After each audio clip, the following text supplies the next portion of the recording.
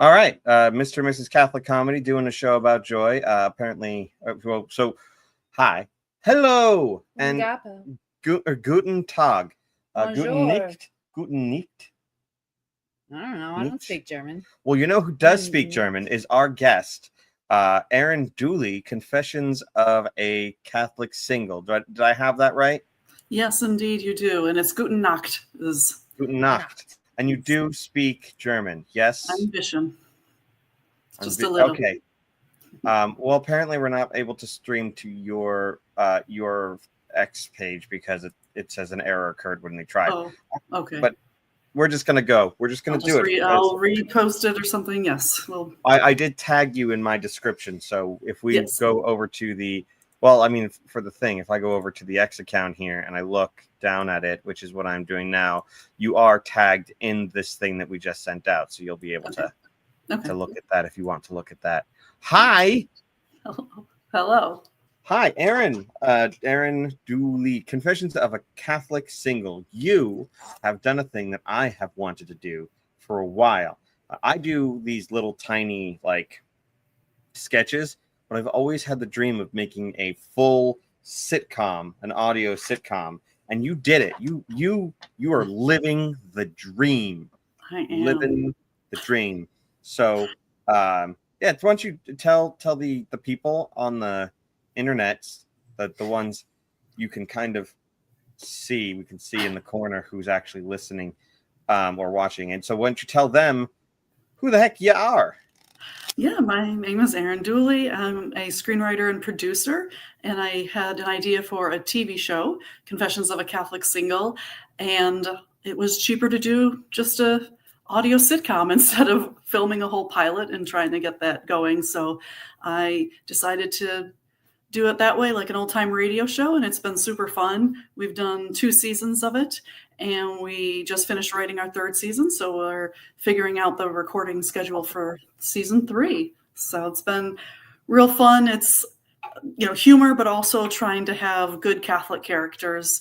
Our priest is a good guy. He's very likable. He's kind of a baby priest, as we call him, just a few years in, and just to shine a good light on people of faith, but still having fun with it. So people have had good comments that it's pretty relatable and stuff. So it's been good.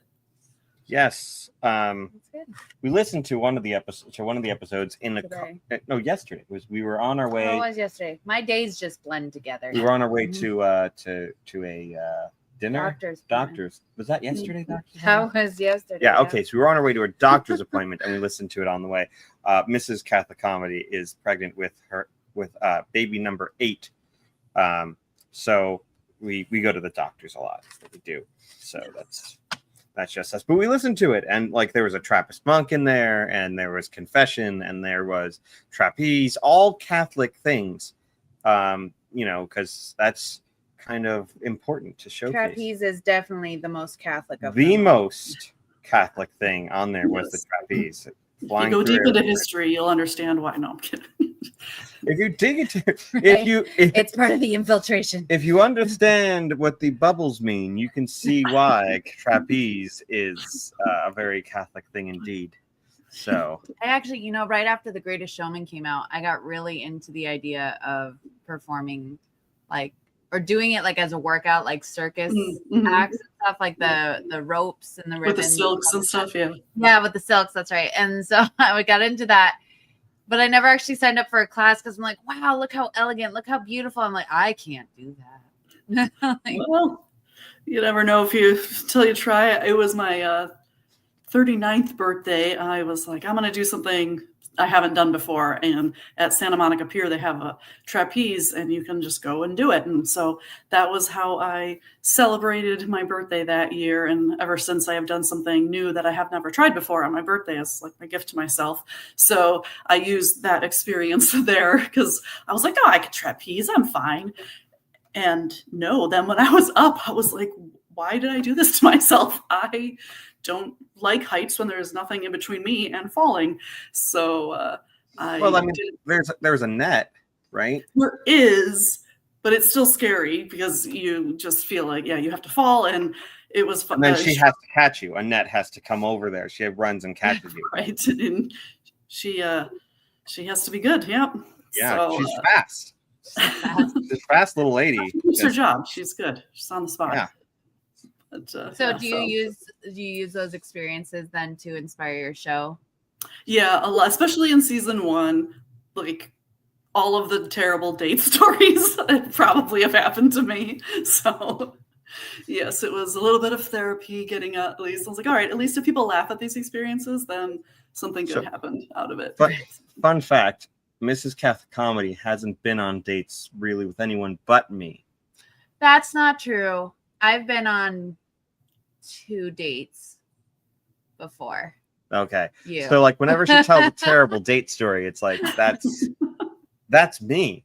You know, like I imagine that like some of the guys that you may have dated, if they stumble across your show, they could be like, that sounds something like, but they can't know for sure, right? Yeah, I know for sure. Anytime that she's like, for the most part, yeah. Well, I went on this one date with this guy. Was it me? Yes. It's like all of my stories, like, yeah, because I met him when I was pretty young, and it was young and pretty.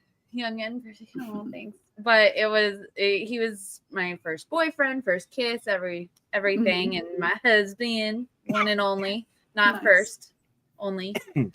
So I still am your first husband. You are my first husband. I hope there will be no additional. Well, we got married 3 times, so no. Technically, legally, we got married. Legally, we got married once, and we had our marriage convalidated. But we had we got married. We exchanged vows on the Pirates of the Caribbean ride in Disneyland. Yeah, we did. And then we also got married. And then we had our legal wedding at a park. And then we came back to God, and it was like, oh no, we got to fix we did this all backwards. So we fixed it. Well, that's the important thing, is you fixed it. Yeah. Yeah. So now everything is good. Everything is good. So so I have to ask though, Confessions of a Catholic Single, is that like what inspired you to do it about someone who's single versus married versus dating or fiance or anything along those lines? Why like the single life? Yeah, right. What you know, much of the main character Cecilia is lifted out of my life. I'm not a widow, but I was married for 12 years, and then I was living in Chicago, and then I moved to California. So not only was it 14 years later, and the world had changed a lot since I had dated, and being in California as opposed to the Midwest, it's a very different atmosphere. So when I re-entered the dating world, I was like, what is happening? I don't understand, nor do I like what's happening anymore.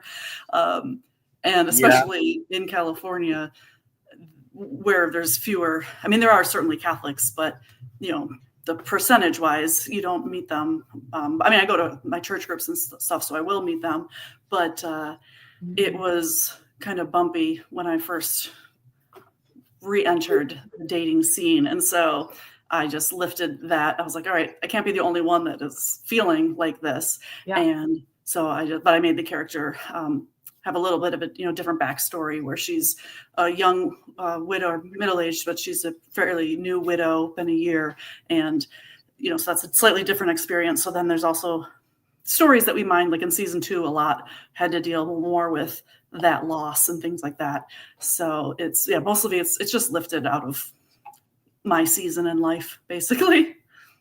Very cool. I can imagine finding a Catholic in the wild in California being very difficult. There are a lot of good Catholics in California. I'm not saying they're not. I'm saying in the wild. And it's like part of society. Yeah, especially in entertainment. When I would go to different meetups, different networking things, and I would meet people, and it's very few that I would meet. That actually, the Greek Orthodox character is a buddy of mine. It's because we would have conversations. He's also a writer, and we met at a writers event, and we became friends, and we would make jokes about, Catholics versus Orthodox and things like that. So at one of our conversations, I was like, all right, one of the characters is going to be Orthodox because this banter is fun. And so that was also lifted. You But should yeah, have made it's him Russian Orthodox, so you could have Russian accent. I am Russian Orthodox. yeah, I went with Greek, so I can have the Greek accents. Well, I'm pretty sure if you give them any word, they can show you that it is Greek. That's a stereotype that's from a movie. Okay. Oh,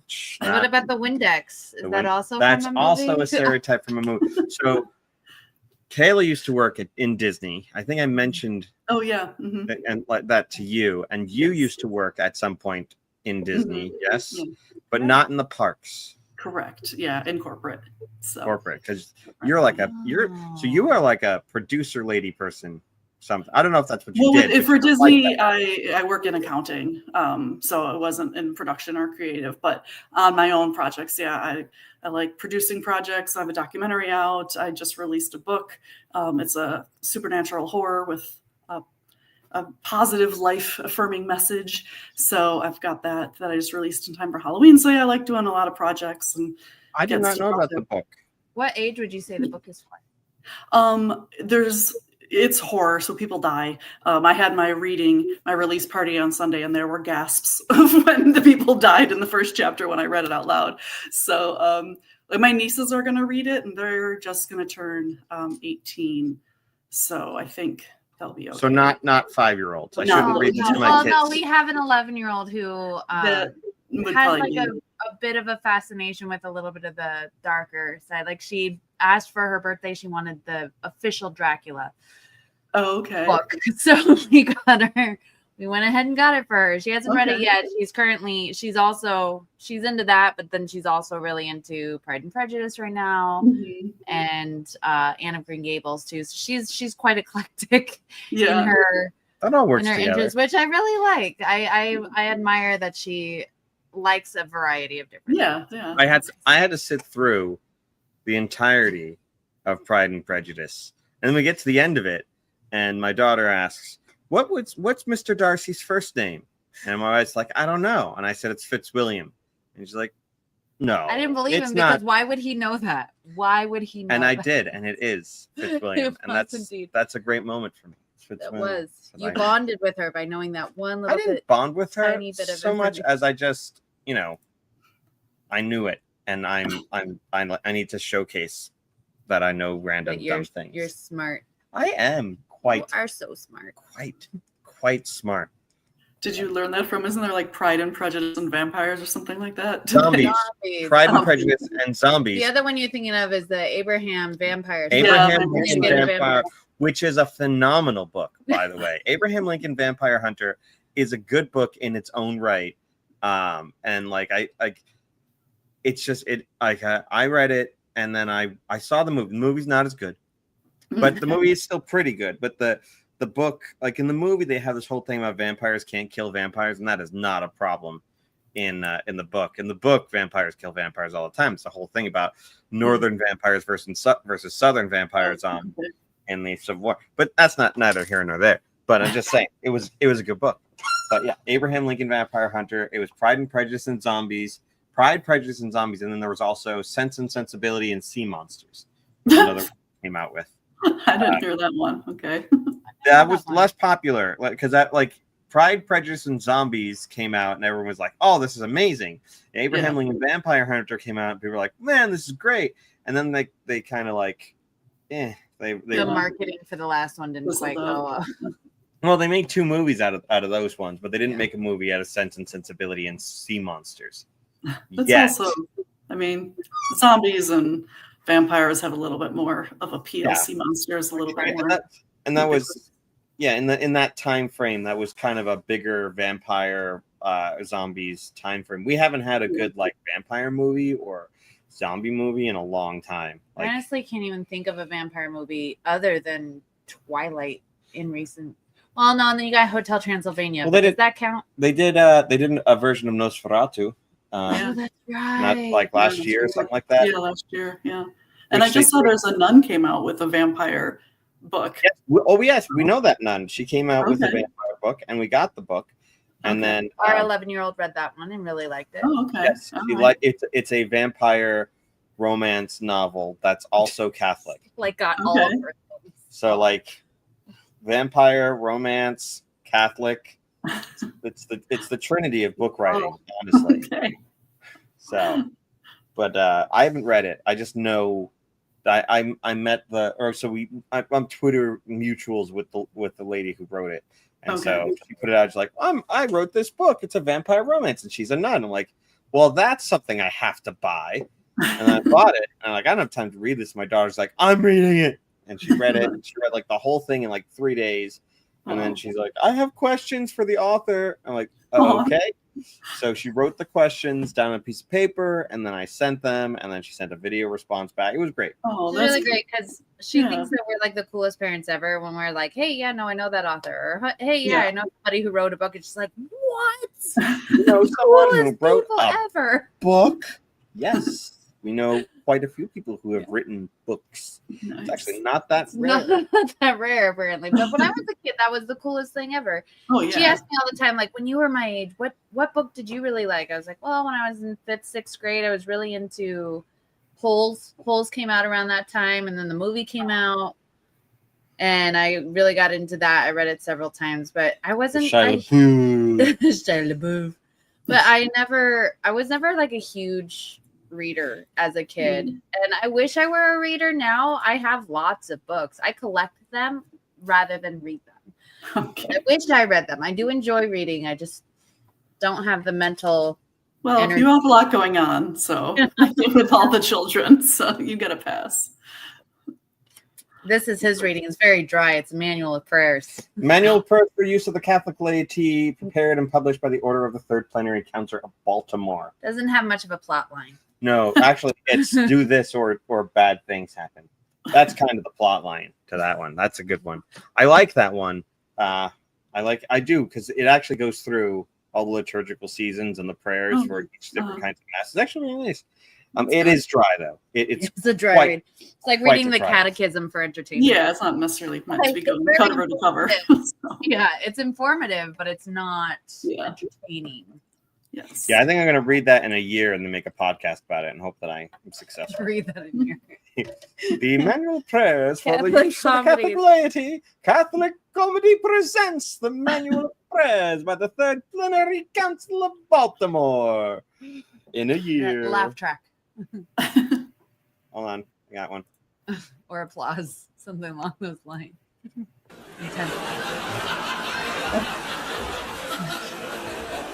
So I do have a soundboard here. So if any jokes don't work out, I got this. You are ready. Got the trigger finger. And then if things go well.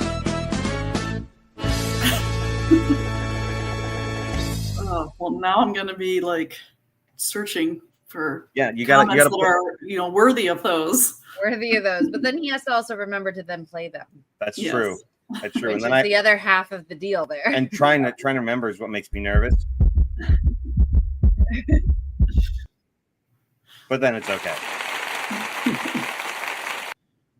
Anyway, you can do the sound effects for my podcast for season 3. That's actually one of my favorite things to do with the podcast is to go through and make all the different sound effects. Some I find online. There's a website with different sound effects, but I really enjoy. I'm sorry. Is it Pond 5? No, I should probably look at that one. It's a different one that I found with the first season and I just kind of stuck with it. But yeah, it's so interesting because a lot of things they don't necessarily sound like what you think they're going to sound like. And when I see like Foley artists kind of behind the scenes, the things that they use are not the actual item, but our ears are trained to be like, oh, that's what, X object sounds like. And they're using something completely different. So it's, especially when at the bar scene in season 1, and they're so simple. Like when somebody puts down a glass, like it's such a quick sound that I'm like, oh, is that people? I don't know. It's just very interesting to get a little bit in the weeds with sound effects. I really enjoyed it. So, yeah. So, I mean, people don't understand, and maybe we can educate people a bit. She knows a little bit about it, but how long do you think it takes to make a 3-minute sketch? And it takes about an hour and a half. Like, wait, why would it take an hour and a half to make a 3-minute sketch? Like, because it does. Like I can't even imagine a 30-minute episode of a show. I can't imagine how long that takes. Yeah, well, we pretty much for both seasons, and we'll do it again for this season because each one has been 7 episodes. So the first one, each theme, that was the 7 deadly sins. So each episode goes over one of those. Last season were the corporal works of mercy, because I like to slip in some good theology and all that. And then this season, it's going to be the virtues. And so we have a theme for the virtues. And so we treat we record the whole season at once. And we just, I break down, who's in what scene and all of it so that we can expedite it when we're recording. So it's actually not, because it's just audio, it's obviously faster than video, because we don't have to do any of that, but it still, takes a lot of work. And we did a lot of writing. We're going to have one more meeting to do some punch up on the jokes, because we had to get the story down first and then just try to really find the best punchlines for everything is the objective for this Saturday's meeting, to just keep mining for the funniest joke. People don't understand how difficult audio comedy is, because you can't rely on like someone like facial cues or things like that. And because you don't have a laugh track, if you want to land a laugh, you either have to put in a fake laugh track, or you have to really like punch up the joke so that it becomes something that people will laugh at. And it's hard. It's comedy is hard. Comedy in audio form is also hard, but it's an art form. What gave me the idea to do the things that I do is there's Mitchell and Webb, they're comedians in Great Britain. They had that Mitchell and Webb Sound, which was a radio show where they did sketch comedy but audio only. And then there's one sketch that really kind of sold it for me, which is where it sounds like two people talking, but it turns out that they're birds. And as the time goes on, they're revealing more about like what they are. And so in the end, like, would you find out they're large flightless birds that are made out of chocolate, but like visually speaking, like you can't reveal that in a visual manner. It's a completely different way of doing it, because you can and you can do whatever you want, and it's significantly cheaper, because even the most expensive sound effects are like $20 at most, and that's for like a really long and drawn out one. Most of the time you can get them for either free or for like $5. Yeah, that's interesting with that story about really leaning into the audio only and finding things that you couldn't do with visual, because I have a whole file of jokes and scenarios and scenes that I want to do if it ever becomes an actual sitcom, because I was like, this joke, there's no way to make it play just with audio. And so but it's funny, so let's file it away for later. It is, I made a whole writing list for everybody, because we did a writer's room. So the 3 of the actors wrote an episode this season. And so I just had to give them reminders like that. Like, you have to say the people's names because we need to know who's in the scene. If you're just listening, way more than you would naturally, but it helps the audience to track who's in the scene. And just a couple of other tips to really think about, this is only audio. And some things, because I've learned over those 2 seasons, I listen back and I'm like, I would do this differently now that I know a bit more, having done the 2 seasons. So trying to get better each season and each episode. And you can't do reshoots just as easily, like for your own audio. And like, that's why I do a lot of her and I sketches, is because like I can pull her in and be like, you know what, I need you to redo that line, because once we've got it together, we're like, we have Miles, who is a guy that I send audio off, or I send a script off to, or Paul Rugg or whatever. Whenever I send a script off to someone and I get the audio back, I'm like, okay, this is it. This is the take. Because like sometimes they'll send me like 2 or 3 like versions of a particular line, like, but usually like, Paul Rugg's really good. He does 3 versions of every single line. But like sometimes like I send it off, I'm like, hey, you should do this, and somebody will read it, and I'm like, this is terrible. And so I have to kind of just work with it, because I've got to put the sketch out, because I try to do them. Or work with it or bench it, and then I have to come up with like, all right, there's going to be a Stephen and Kayla sketch this week. Why? Because I just got the audio file back, and man, is it rough. So we can't fix that, so we're just going to have to. And you're trying to work on schedules for people who are across the country, which is pretty much everybody we work with is somewhere else. So it's like, well, hey, could you redo this one? And they're like, sure, I'll get it to you in like 3 weeks. It's like, okay, then we're gonna do something different this week. You know who's actually remarkably good as an audio like comedy person was Aaron Erber, something. He's the guy that I Might Believe in Fairies. I don't know if you know him, but he has a podcast called I Might Believe in Fairies. I asked him to do one. He did the Disneyland one with the lycanthropes. Oh, the lycanthropes. Yeah, and so like he really got into the actual, like he took his character very seriously and did like a treble in the voice when he was scared or something like that, instead of just reading it straight. And there's some people who are like, I like this, you're going to be great at this. And then they send me the response back like, okay, nope. Let's try that again. Maybe we can. Or a few people who have asked to be a part of it. And it's like, okay, well, we're not necessarily against inviting more people in and being a part of it. But it's, when you know someone's voice or you've heard their voice, you have to really think, where can you properly place them? What kind of character can they actually do? And it work out, like whether they have a certain kind of speech pattern or an accent or a speech impediment of any kind. Those aren't necessarily hindrances, but they are very specific and they have to match properly with a certain character. Yeah. I mean, and finding a variety of voices too, because I've gotten feedback.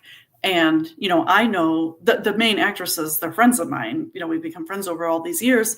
And I can, of course, distinguish their voices. But people are like, these two main characters, they sound so similar. Yes. And so now when I'm casting the guest stars, I'm really paying attention. Like, do they have a different voice? And one actress friend, I just spoke with her this weekend, and she's British, and she goes, do I need to do an American accent? I said, no, actually, I prefer you to speak in your British accent because that's so distinctive. And the character, to your point, is finding that right character. I was like, oh, this makes sense if she plays this one. So it's just so interesting to write this way and to think in a very different way. Just like when I wrote the book, it's very different than regular screenwriting. It's more descriptive. It's, there's different rules. And so I enjoy finding, living in these different places, so to speak, these different mediums, and learning all of that, how to do it successfully.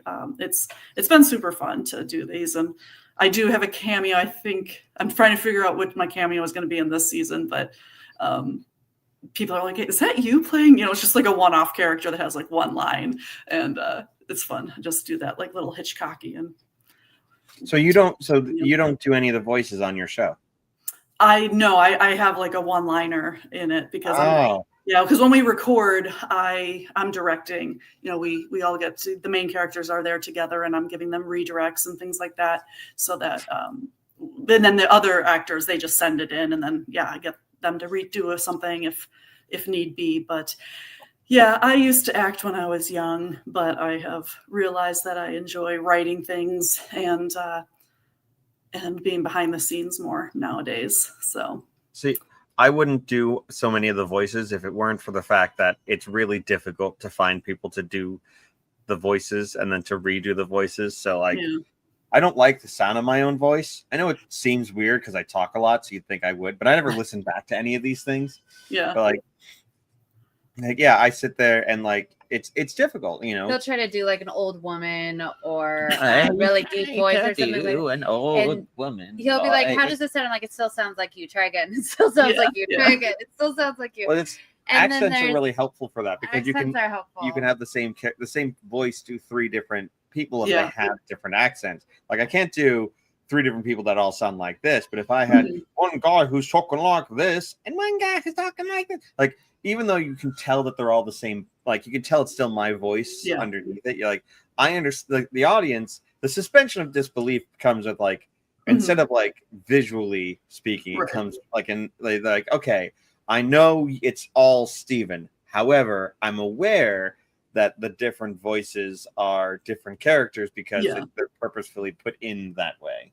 Yeah. Which having kids and reading stories for them really helps. So we have Right. Ladybug Girl. Ladybug Girl. He just does all these voices for Ladybug Girl. And my kids get a kick out of it because they're not voices you expect. He's not doing a little girl voice for Yeah. Ladybug Girl. He does this random. Wasn't it for it was a llama red pajama, but the mama was like a Russian, but like a big Russian man, like Yeah. llama red pajama. Yeah. And then we had the Pow Pow Fish is one of our favorites that we actually turned into It's like a rap. so Because it's not a we rap, had but memorized it. Our daughter loved it the so Pow much. Pow Fish is Richard Nixon. Pow Pow Fish for the Pow Pow Fish. Spreading berries all over the place. Blah, blah, blah. And then he has a different voice for each of his friends and everything. Yes, It's I try so to make fun. sure that each of the fish is a distinct character.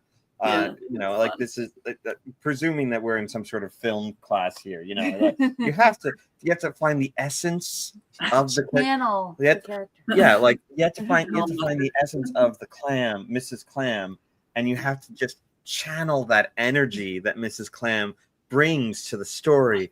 And Like, so he envisions Mrs. Clam having 500 little clam babies at home. and so she's tired, but she's also still got her femininity. and she's so then she can be concerned like- about her friends. like, yeah, Pow Pow Fish. See, it oozes all of that. You got to make sure that you get that in there. That all the behind the scenes work that the audience doesn't even know everything They that don't gets know. into. Yeah. Yeah, like, a lot of the times I just do it for the kids. I just do it to entertain myself because Because stories- reading the same story over and over Right. again. Yeah. reading the same story, like reading the Pout Pout Fish. That's why we made it a song. Yeah. Like, so we go through. They asked us to read the Pout Pout Fish. It's a whole song. There's a good cadence to the book, so Yeah. he like turned it into a song. But it was very quickly one of our family favorites, even though we read it just dozens and dozens of Ladybug times. Girl is also because Ladybug Girl has, because you turned into Ladybug Girl. I'm Ladybug Girl. yes, that's Ladybug Ladybug Girl.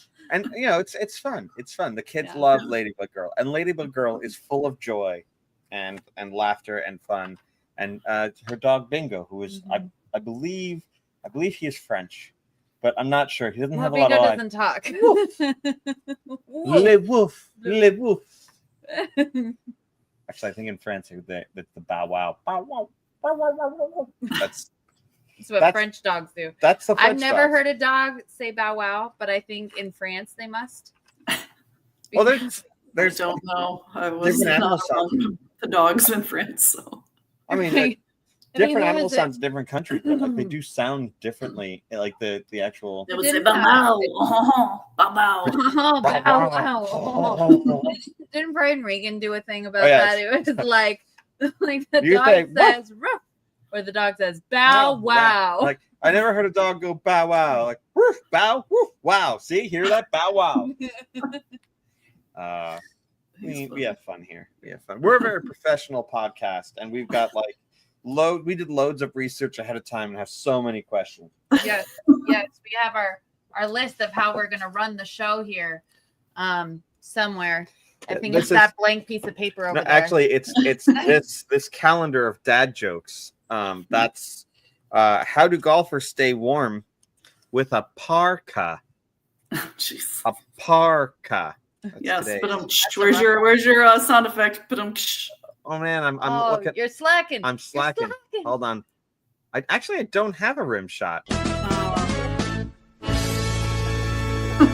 I had it's the 7-note yeah. vaudeville fanfare, That's what which it's is called. That's right. yeah, which is You have any idea how hard it is to find the 7-note vaudeville fanfare? That joke though deserved But do you have any idea how hard it is to control of find? the board.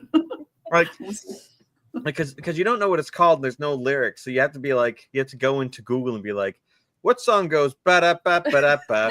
But then you have to translate it, Google doesn't have any idea what you're talking and you have about. to be like ba da ba ba da da. It's like writing Send. the lyrics for the Batman theme. And then it's song. like no. And then it's like do you mean blue? Like, no, not abadi abadai. It's Yeah. da da da da da da. Like, and that's the problem with like computers these days, is that they don't understand. Like, if you give them, like, a person would know that. We have AI turning medieval art into video, but they can't understand ba-da-ba-ba-da-ba. And that's important for society at large. Is, Right. Yeah, is they that. went the wrong like direction. It should have been the first thing that all those computer geniuses did with AI, was that specific task. Well, I mean, you think about it. Like, that's kind of the thing that people want search to do most often, right? It's not what was really George Washington's height? It's like, I need you. I'm thinking of a thing. That depends on who you have at home. If you have 7 kids with endless questions, well, yeah, you need to know George Washington's height. You need this But information. like what you want to say is, like, there's this thing, and it's like, it's not a hamburger, but it looks kind of like one, and it's got like wings. Can you tell me what that is? And then like a computer's like, no. This is my grandmother once. I took her to Taco Bell once, and she's since passed, rest her soul. And she not because of this, but she later then went to Taco Bell again, wanting the same thing, but had no idea what it was called. And she was like, "It's like a flying saucer." And she calls me. She's like, "They didn't know what I was talking about. I wanted the thing that looked like a flying saucer." It's a Crunchwrap. I was like, Supreme. "You mean a Crunchwrap Supreme?" Like, we were big fans of Taco Bell before we tried being healthier people. I miss Taco Bell. I really do. I think it I'm gonna go get some Taco Bell tonight. No, you're not. I can, because it's right across the street. I'm not pregnant and needing to eat healthy. I can eat Taco Bell whenever I want. Solidarity, though. Come on. We are pregnant. Solidarity is not a sponsor of the show, important. so we don't have to be. We are one body, right? We are one in marriage. You cannot eat. I keep telling her that, like, we're one body. So that means when she eats healthy, I'm eating healthy. So if I eat unhealthy, I still get the healthiness from her. Yeah, but then you hurt me. Yeah, you're giving her the. No, it doesn't transfer the other way. Oh, it doesn't go the other way. No. It's the what's mine is yours, and what's mine is, or what's yours is mine, and what's mine is mine. What's yours is mine, and what's mine is mine. So that's good. That's fun. So yeah, there's the amount of times that you need to try and explain something, and you can't for one reason or another, and you're trying to help someone else out too. A family member of mine, she taught elementary school, and she came to me. She's like, "I heard about this great new place. It wasn't new by any stretch of the term, but she's like, my students told me about it. It's called Chipotle." I was like, "Chipotle?" She's like, "No, Chipotle." I was like, "I think you mean Chipotle." She's like, "My student said it was Chipotle. I know what I'm talking about. They know what they're talking about. Like, you teach elementary." PE. Like, it's Chipotle, dear. She might be listening to this pod. No. She's not listening to this. No. All right. She doesn't even know. All right. So we're gonna do a magic trick, okay? I want you to think of a number between 1 and 10 and then say it out loud. 9. 9. See, look what I wrote down. He had predicted it. See? Where's the applause? The crowd goes wild. Hold on. That's from so Paul Rugg. Do you know who Paul Rugg is? No. He did the voice of Freakazoid in the TV show Freakazoid. He was the writer for Animaniacs and Freakazoid and a bunch of TV shows. He did puppetry. The last thing he did on TV was it Earth to Ned? Earth to Ned. Like, anyway, he's a close family friend now, and I've decided that he denies it at times, but that's not the point. But so he has this character Manny the Uncanny that is great, and it's just he does these like really dumb magic tricks where he'd be like I'm thinking of a number 1 through 10. Tell me what you think it is. 6. That's right. See, I'm a magician. It's great. It's great. We have another friend of ours who's a magician, and he actually was a professional magician for a while, and it was pretty fantastic. But he would come over and he'd do tricks for our kids, and he's pretty much a performing monkey for them at this point. Anytime he comes over, they're like tricks. But he loves it. He loves it because he always brings his cards. But he had done one where he had made like some paper disappear by literally just throwing it over the back of our kid's head. And they were like so focused in, they weren't paying attention to the bigger picture. Oh, that's funny. And they were just blown away. They're like, where did it go? Like, oh my gosh. And all of us in the rest of the room are just cracking up because we see him just throwing this paper over the back of their head. They're just like, what am I missing here? And he's like, watch it closely. Boom, it's gone. And it's just flying through the air. It's great. They caught on to it later. They wound up catching on to it. And then now they do it all the time. They're like, look, it's magic. It's gone. It's so the main point here is that you need to talk to Paul Rugg and incorporate Manny the Uncanny into season 3 somehow. Okay, we'll do a collab. Okay. Yeah, I'm just saying. Catholic. That's why he is Catholic. That's why we have him roped in. Everybody we rope in is Catholic too. Yes, and I've had it so that like I have a different podcast that another friend of mine does who he asked me to be on it, which is called Good Night Everybody. And so one time we had a guest that just didn't show up, so I called up Paul. I'm like, can you show up until this guy shows up? And so he's like, all right, Steve, what do you need me to do? I'm like, I don't know, our guest just hasn't shown up yet, so if you just pop in on the podcast, we'll just talk for a bit, and then when the guest shows up, you can leave. And he goes, okay. And he's on the East Coast, so it's 3 hours ahead. And so it's like 10 o'clock his time. And he's like, I normally go to bed at this time, Steve, but we'll chat. He's a grandpa now. So he is a grandpa. I mean, I wouldn't say we're super young, but I am super young. I am only 39 years old. Okay. So I am start planning your over the hill party soon. That's at 50s over the hill. Yeah, I know. I only have 11 years to plan it. That's not enough time. Not enough time. It's gotta be legendary. Yes, legendary. Legend. Wait for it. Dairy. Legendary. So we started rewatching How I Met Your Mother. We rewatch everything. Disclaimer: most of the shows we watch are not good Catholic shows, but they are funny shows. But you know what? Actually, I wanted to talk about this a little bit, and I was thinking about it earlier today, and that is Barney Stinson. Have you seen How I Met Your Mother? Yeah. Okay. Barney Stinson is objectively a terrible person throughout most of the show, right? Mm-hmm.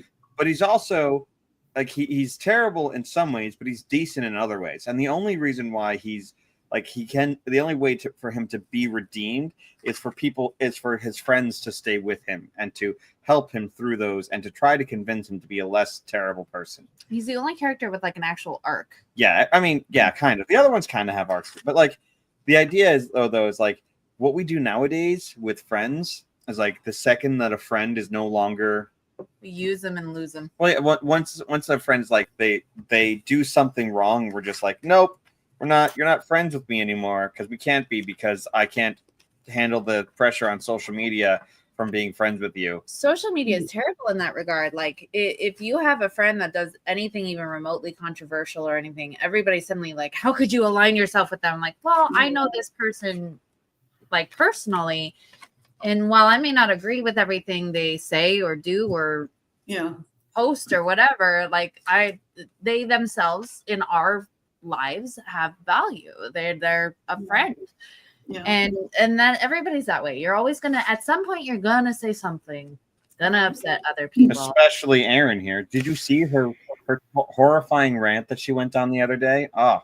Yeah. She just started reposting all this Catholic garbage. Because she was talking about I didn't even know her before this. Well, she went on this Erin went on this huge rant about the Loch Ness Monster and like it was like for like 18 posts, which I'm wanting to do. Yeah, 18 posts about like just so much anti Loch Ness Monster stuff. And you know what? Like, I don't care what the Loch Ness Monster did, right? And I don't care that Bigfoot disavowed him. What I care about is that we keep loyalty to people. And I needed to call you out on that so that you can, just recant all the terrible things you have said about our good friend, the Loch Ness Monster. But the abominable snowman did come in and help mediate the situation. Yeah, I mean, I'd like to say, like, Bigfoot and Nessie are friends again, but Aaron has not said anything about that. Yeah, I just you wanted haven't to put you on the spot. retracted your. I just lob things and then walk away. I let the chips fall and then I go and start a fire somewhere else. You hit mute and you walk away. What's great is she just demonstrated one of the principles of comedy, which is yes and. Instead of immediately refuting the obviously fake thing that I said, she continued with it, which, that shows you've got good comedy chops. And also you have a show that's on season 3. That also shows good comedy chops. But well, I like to think so. We got a little off track with the How I Met Your Mother. It's something that was bothering me today, because in most like, you see things and you see friends just like disavowing each other left and right because something blah blah blah. Someone said something, and rather than like, hey, I'm going to talk to this person personally and talk to them about what the thing that they said and if it was bad, and try to convince them. He's always on me about that, actually. Like, when a friend of mine posts something that either I disagree with or I think that they've scandalized somebody else over, and I don't take it private, and I'm like, comment like, well, really, this should have done, or blah, blah, blah. And he goes, no, delete it. Send them a private message. Take it to the DMs, people. Take it to the DMs. Like, if you got an issue or you think your friend or your family member needs a correction, you need to do it privately. Filial correction starts in the DMs and does not start on a public and post. It should stop there too. Well, there are calls for escalation with filial correction. Like in the Bible, bring it to the person, and if not, to the person, then to their priest, then to the bishop, then if you have to keep escalating. I'm saying, like, you wouldn't then go post like, yeah, I talked to so and so about this and it's all fixed, guys. It's okay. Yeah, you wait for them. That's then their job. They have to recant. Yeah, and you can't make somebody recant or anything, and plenty of people will stick by whatever. Can you cant a second time? Like, that's is that one of those? I don't know if you can't. But you can. I know you can. Yeah, that's what she said. She can, but she doesn't know if you can. And I will say that I am quite the canner. Well, we have a farm, so sometimes we have to can milk or can sure, jellies and jams. So beef stews. Yeah, so we do have a farm. That's real. That is real. Well, now I'm just once. Picturing. I don't know if you guys ever make just like put in strange prompts to AI and make just an absurd image. So I was just picturing like you doing the can while you're canning with all of these things and just a strange AI image. I did a picture of a chicken made of ruffles instead of feathers, like they were ruffles for feathers, like the chips. Yeah. Okay. And I had posted it. I was like, this is what AI should be used for. Because everybody's always jumping on like AI should not be used for arts and stuff like that. I'm like, I get that. I can understand that. I have no serious opinion on AI necessarily, but I know a lot of people do. And but like, of all the things that you should be doing with AI is making the most ridiculous images. Yeah. The absurdity is where the fun lies. And it's like, is an artist really losing something by me not asking them to create whatever it was? Like in season 2, they have the priest, his pastor makes them start all these ministries. So each episode is some crazy ministry. So when we were promoting that episode, I used AI to make, I would just ask it. And this was like 2 years ago. So, it was even more rudimentary, and it was the blessing of animals on one of the ministries. So I had like a ferret in a bishop's costume, like outfit. It was, I had a lot of fun with we used it during the conclave. We made an entire episode of Psych out of AI images where do you ever watch Psych? Oh yeah. Okay, so Burton Gus becomes the Pope, and so we made a whole episode about Gus becoming the Pope. That's funny. All right, and so now let me download this. But it is AI. That's what AI should really be used for, not to trick people, but just for fun. Like, I'm not going to go out and spend hundreds of dollars commissioning an artist to make me a chicken with ruffle feathers. Right. Yeah. Just for an online joke. But Yeah. AI Yes. can do that. Yes. And that's a good use. He wrote almost an entire rock opera about coffee. Yeah, with well, AI. I did write a rock opera about Did coffee. you finish the whole thing? I mean, I have it towards the end. It's just I keep adding more songs. And well, you know how it is when you're writing a rock opera using AI to about the evils of coffee, right? Like that's a thing that you know the thing about coffee, right? Oh, why did I bring it up? Right. About coffee? Coffee. Yeah, coffee is the cause of the fall of Christendom. So Okay. yeah, I'll like have everyone to knows that. watch a rock opera to truly understand the. Yes. Well, the rock opera is not about the evils of coffee. It just so you're a writer. I'm sure that you've experienced this before. When someone says something, when you say something ridiculous, and you're just like, "Ha, that's kind of funny," and then your brain's like, "I've got to explore this," and before you know it, you're take like, it to its logical conclusion. you're like, "Okay, I need to map out the storyline of how this thing is going to work," and then you've got like, and then like, but you can never tell someone about it because you're like, it's way too embarrassing to be like, "Hey, so what did you do?" It's like, well, see, I thought it might be funny to write a song about how coffee is evil, and so I had that, and then I put that, I did that, and I thought, well, what if this is the start of like an epic about a guy who finds Dr. Folgers von Starbucks, who is the evil guy behind coffee, and then he gets him to convert and get. But like, in order for that to work, well, you got to go through the whole hero story arc, right? So it's like he has to have like a priest mentor, and like, oh, so he's going to become a priest. So he goes with this priest mentor, and they're going. Needless to say, an intervention was had. And so we did the thing, and we ended up with a fantastic story about about that. So is one of the characters named Drago? Because Saint Drago is, I believe, the patron saint of coffee. So work that in there. No, not. There was no Drago. It was. That would have been good. You can have that one for free. Okay. Well, now I've got to add that in.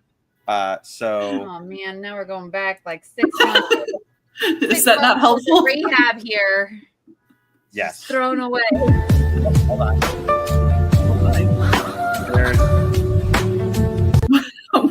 This is Sorry. AI.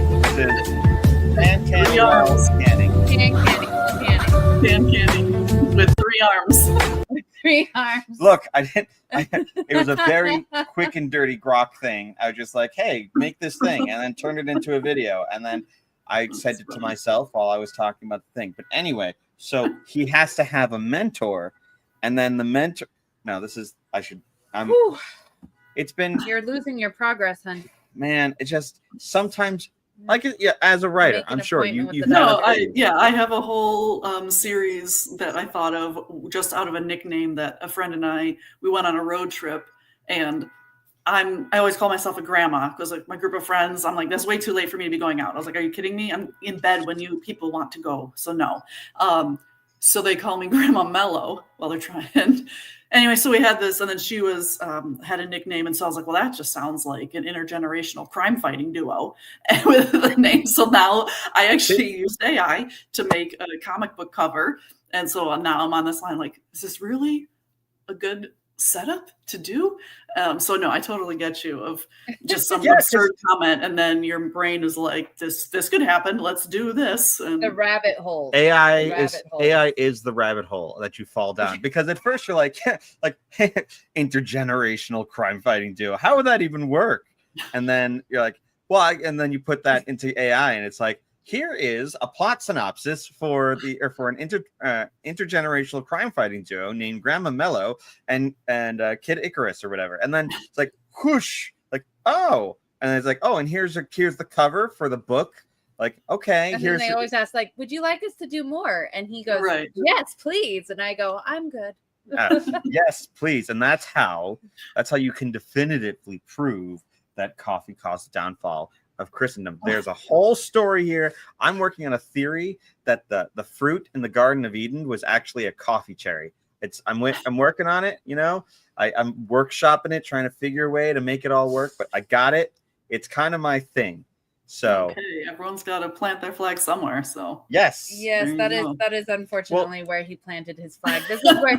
So we went to this conference once where it was a keto conference because I generally, when not pregnant, I'm pretty low carb. okay. Anyway, after this. I want Taco Bell so bad. So they talked about how black coffee can actually like mess with your insulin. And I was like, that doesn't make any sense to me. They were not black coffee, it was black tea. They talked about black tea messing with insulin. So we had to ask the question because he only drinks tea and refuses to drink coffee because he hates it. It's evil. It's yucky, he says. It's evil and yucky. So because it's yucky, it's evil. And because it's evil, it's yucky. I drink both coffee and tea, and I really do enjoy coffee. And so I had to ask them, I was like, then what alternative would you suggest? Like, can I just drink coffee? Is tea better? And they're like, well, it's individual. And I was like, no, you don't understand. Our marriage rests on this question. He hates coffee. I love coffee. He is super pro black tea. I am indifferent. Like, I enjoy it here and there. But this is important for our marriage. You need to answer this question, and you seem to be the expert. And they all just kind of looked at us like, I had to ask the question. I said the wrong conference. I said that coffee. Like I said, you're saying that tea spikes your insulin and coffee caused the downfall of Western civilization. So what hot beverage can we drink? And they're like, stop. They're like, hold up, back up. What?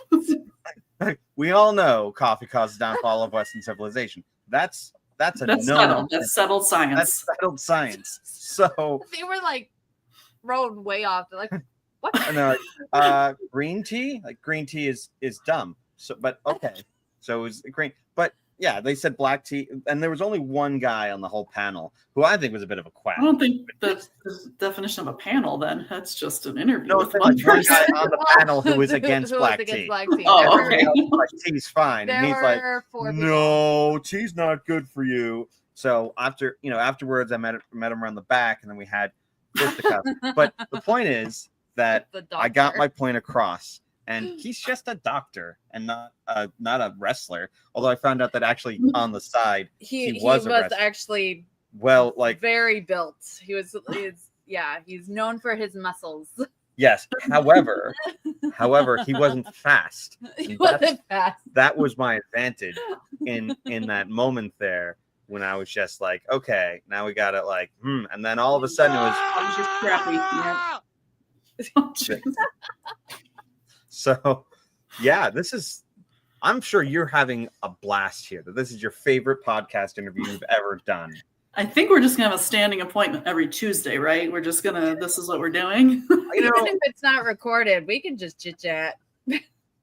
Look, so my dream has been to have a writer's room, right? A group of people that we just kind of bounce ideas off of, but it never really happens. The closest I've got is that I'll come up with an idea and I'll write it down and I'll say, Kayla, what do you think of this? And she'll be like, that could work. Yeah, we have a giant list of ideas for sketches and stuff like that, just a massive list. And then sometimes people will send stuff into ideas or scripts even that they've written, which is great. One person. One person has sent in scripts, and he's actually a sweetheart. He's our fan. We have one. We have a fan. But he's local and he sends us stuff. And hey, they're Mikey. Pretty good. Hi, Mikey. If you're watching. He's watching. We talked about Paul Rugg. He's watching. But he sent in several scripts that are very, very good. They're very funny, but it's just we got to find the right time for them and the right voices for them and everything. And he has volunteered to do his voice as well, which is sweet. But it's on just this massive list, right? It's just this massive list of ideas that you have. And you're like, this could really work. One of my favorite ideas that we've had, we just don't know how to make it work, is a world without bumper stickers. Where how on earth would you know that person's kid was on the honor roll? How would you know who that person voted for? You rolled out. They ran a marathon. They love. Hey, what score did your kid get? Or how many miles did you run this week? So I've got the script. You can have it because I don't have the team large enough to do the sketch. I've tried to give this away to several people. I don't have enough people to do it. But the idea basically is if you don't have, you start off with this with a Twilight Zone kind of voice. What would you do in a world without bumper stickers? And then it's people like slowing down, like screaming out the window, like, my kid's on the honor roll at Doin Elementary, and like that. And then it's just people shouting at each other from cars, and that's just the world without bumper stickers. But I don't. It requires like 3.1 miles. 3.1. It requires like 6 different voices, and they have to be 6 distinct voices because that's the whole deal. And I just don't have a party that large. That's one of my favorites. Like, who rescued who? Who rescued who? And then somebody else, whom? It's whom? Who rescued whom? Come on, guys. Oh man. Honk if you love Jesus. You are okay. So we're at the hour mark, which means that most of the people who are listening have tuned out, or are enjoying themselves. Either way, but we do this for about an hour, because we have children and we have left them alone for about an hour. We have to bribe them to leave us alone for an hour. That's what the TV's for. So that all being said, you are always welcome to come back if you are interested in coming back. I know when we're on air, you have to pretend like you're super interested in coming back. And you think we're funny. Right. But when we get off air, you don't have to do that.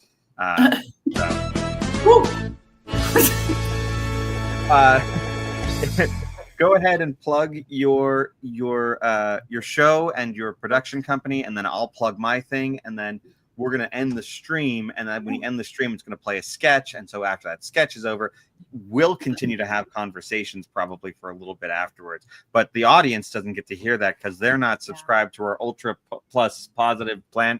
We don't have one of those. But if we did, there's no paywall for that. You just don't get any of this extra conversation. There's no paywall at all. There's nothing. You have no access. You have nothing. Anyway, go ahead and do your plug before we talk for another 45 minutes. Nonsense. Okay. Yeah, Confessions of a Catholic Single. It is season 1 and 2. They are available on Spotify, anywhere, Apple, wherever you listen to your podcasts. You can listen to those and follow on all the socials so that you'll know when season 3 comes out, sometime at the beginning of next year. And Dash Entertainment is my production company, so I'm also on socials there. I have my new book that is called Shadows of Death. So if you're interested in horror, you can check that out. I also have a film on foster care adoption, so I'm kind of all over the place with my stuff, but you can watch that on YouTube. And so if you go to tinyurl.com/Erin R. Dooley, you can find all my stuff. And if you follow her, she's Confessions of a Catholic Single on the Twitters, and also Dash Productions on the Twitters, but they're all linked together. So if you find one, we tagged her in the Twitter thing. And I should probably update and put like links to your stuff in the YouTube version of this, but I don't think I'm going to. So requires extra effort. Well, it's just I'm being honest. Like if I say, "Oh, I'm gonna put the stuff in there," promises, yep. No false promises at all. No, yeah. So as for our plug, the St. Philip Neri Festival is on February 7th, 2026. Erin is invited to come, but she has not said that she will be there. But we are expecting her to do a 90-minute set on during that time frame. So thank you for that, and for free too. So, She's so generous. So generous. She's actually paying us $8,000, and this is all now on record, so there's no way for her to deny it. So we have the St. Philip Neri Festival. We have some comedy acts that are going to be out there. We have like Jeremy McClellan, who I don't know if you know him, but he's a stand-up, Catholic stand-up comedy. Yeah. Patrick Coffin is a magician who's going to be doing a late night show. And emceeing. Well, we'll see how it all works out and how much time he has. Jesse Romero's going to lead a rosary there. Kick us all off, and then it's a Catholic event for Catholics by Catholics, and everyone involved is Catholic. Even the venue is a Catholic venue. If you want to know, food trucks are Catholic owned and operated. Vendors, all of them. If you want to know more information, go to CatholicComedy.com/festival. That's CatholicComedy.com/festival. Early bird tickets are on sale right now. $15 for adults, $10 for teens. Kids, as always, are free. And if you can't make it and want to give money to it, there's a way for you to have a There in Spirit ticket where you can buy a ticket without actually going to the festival. And we're cool with that. You want to just It does help us extend tickets out to people who can't afford Right. them. They're- We don't charge for children 12 and under, but even still, sometimes $50 for parents can be a lot, and it can be a lot to get them out there. So any kind of donations really do help us to extend that courtesy to get everyone to come together. And if any of you out there are are part of a company that wants to sponsor, that is a Catholic owned and operated company, reach out to us. We'll help you out. Okay, We'd love to. that is our plug. Thank you all very much for joining us. I'm going to play the song once more, and then we're going to go out. So the song is where is it? Where is the song? Nope, that's not the song. It's a good song though. This is it? Nope, that's just laughter. Is it the? You know what? I'm going to do this. I know it's here in the intro. I'm going to replay the intro, and then we're going to go out. Mr. and Mrs. Catholic Comedy doing a show about joy. Hey, hun, Yes, dear. did you change the curtains on our window? Come again. The window in our bedroom. Did you change the curtains? I have no idea what you're talking about. Uh-huh. Come with me. Alrighty. See this window? What window? The one I'm standing in front of. Oh, that's what a window looks like. What about it? I put up these beautiful curtains with tiny roses and baby footprints. Sounds nice. Really looks like it suits the room. They did, but look closely at these curtains. All right. It's robots. It's giant robots. So it is. Good choice, my darling. Really helps with the ambiance. These aren't the curtains I wanted. I don't even know where these curtains came from. I'm asking you, right now, did you go to the store, buy robot curtains, and replace these curtains in our room? That is a ridiculous accusation. Why, before we came upstairs, I didn't even know this window existed. No, you're not doing this again. Doing what? Gaslighting me. I will not be gaslit. I know we're pretty trad, but we use electric lights, not gas. No, you know what I mean. I'm afraid I don't. Gaslighting is a form of psychological manipulation wherein the person doing it, i.e. you, tries to make the victim, i.e. me, question their own memory or reality. And you're doing it, and it's not going to work. I've never heard of this before. It sounds like something a crazy person would come up with. Are you feeling okay? You did this. You put up robot curtains in my bedroom, and I want you to admit it. Robot curtains? These curtains on this window! There's a window? Stop it! All right, calm down, hun. Do you really think that I went to the store, bought these curtains, whatever they are, put them up over a window, and then lied about it to make you question your sanity? Does that sound like something I do? It's exactly what you do, and I'm not going to let it go until you admit that you did it. All right. If it will make you feel better, sure. I did whatever it is you think I did. I don't want you to get upset in your condition. Now, why don't you lay down and we can just forget this whole thing. I'll make you some tea. You know what? I'm just going to get the old curtains and put them back up. You're the most ridiculous person I've ever met.